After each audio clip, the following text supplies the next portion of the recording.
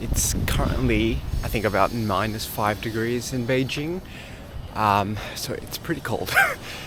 But my plan for today is that I was planning to go to the Great Wall, and I was spending some time in the past few days looking over tour sites like Klook and trip.com to find a tour group that would take me to the Great Wall. But unfortunately nothing really worked out for me.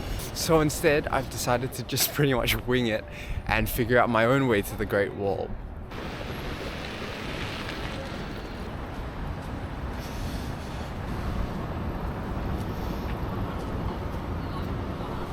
Just realized I think I'm going the wrong way. Oops. Give me one sec. I need to find the train station.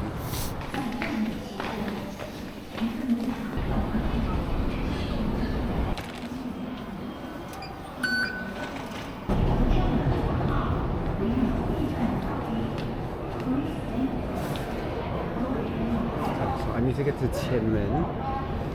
So I guess I am taking this one.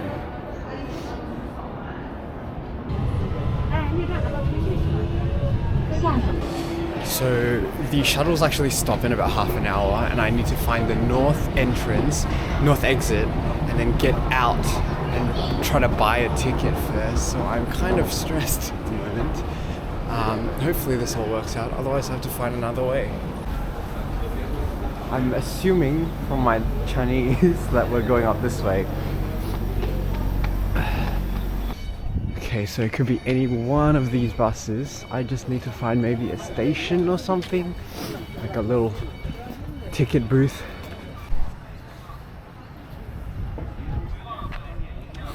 So I just asked those people over there because they were going to Badaling, which is actually one of the other areas of the Great Wall. I assume that I could have taken that bus and gone to the Great Wall anyway, but I'm trying to get to Mutianyu, which apparently is one of these red buses, so I'm just gonna have to try figure these one out myself, but I think I'm getting close.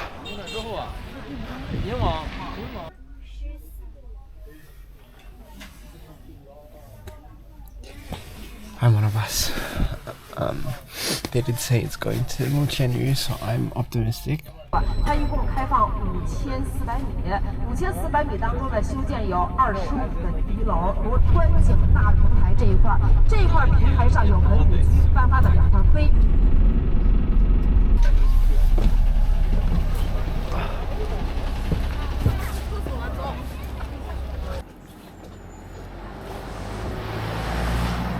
So, I was a little bit confused when I paid for the bus fee because it was about 3 times higher than I was expecting it to be. So yeah, that was a little bit concerned. But thankfully I met some really nice American people, and they were with a local Chinese person who was able to translate some stuff to me. Basically there are 2 routes that we can do, so we will be taking the cable car up towards station 14. And if you want to do a bit of a lighter trail, you can just go up there, walk around, and then take the cable car back. Or you can do a 5-kilometer hike across the towers and then do the toboggan slide down, which is what I opted for. And I guess she got me to pay for everything up front, which explains the high price. But yeah, that was a pretty stressful bus ride. I wasn't really sure what was happening, but I'm glad it worked out in the end. And I'm pretty keen. Whole bunch of food options here. Looks like there's a Subway and a supermarket as well. That's pretty cool. So earlier in the video I mentioned that there are actually 2 entrances, or 2 areas for the Great Wall. One in Badaling, I think, and the one that I'm currently at, which is at Mutianyu. The reason I've chosen this one, even though it might be a little bit harder, is because there's actually, generally speaking, people have better reviews of this place because it's a bit quieter. It's not as crowded, which you can definitely see from behind me. There's like a lot of people. There's people, but there's not that many people.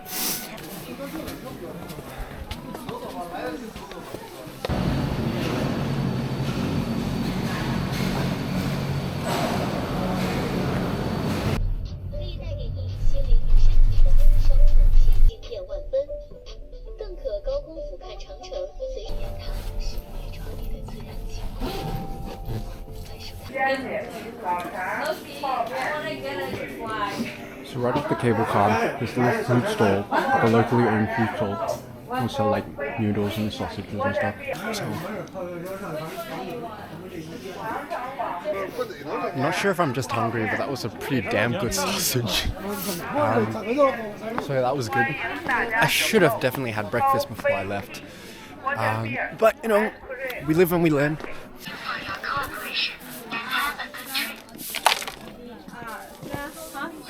This is a steep hill. Okay. Alright. And I am on the Great Wall.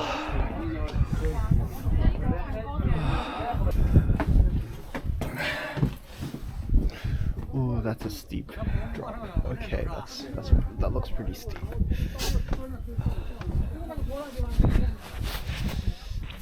Oh, I'll be honest with you, absolutely honest. I wasn't sure if I was going to come here today.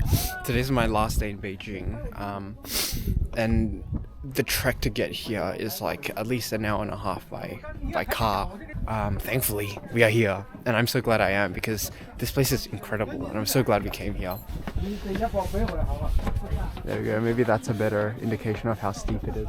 Yeah, but you never know which step is really big or which one is really short. Now I have to make my big trek all the way down. I'm not sure if you can see where the chairlifts are, but there's some chairlifts.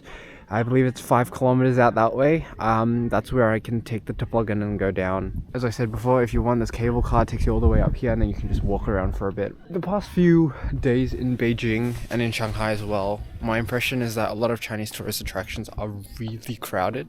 I'm basically shoulder to shoulder with people. But here, there's basically no one. If I fall down these steps and hurt myself, people might not find me. Oh my gosh, look at that. You hear about them when you're growing up and you write research papers and assignments about them, and they kind of get overhyped in your head. But the Great Wall, I think, is genuinely something that you must visit. It's just such an eye-opening experience to be somewhere so grand and magnificent, and yet with so much history to it as well. And I guess that flag symbolizes that I've made it to the top. I think it's Watchtower 6, or the one next is Watchtower 6 or something like that. But I think I've made it. It seems to be a bit of a hold-up. There's a traffic jam down there. Just as well. I'm a little afraid.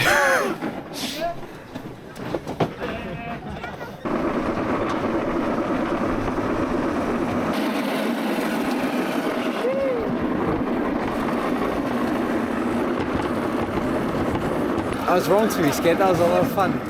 The only issue was that the people in front of me was a family and they were a bit slow. And then the people behind me were going full throttle, so there was a very serious threat of being rear-ended, but we're here now. I hope you enjoyed this trip to the Great Wall. Yeah, the Great Wall.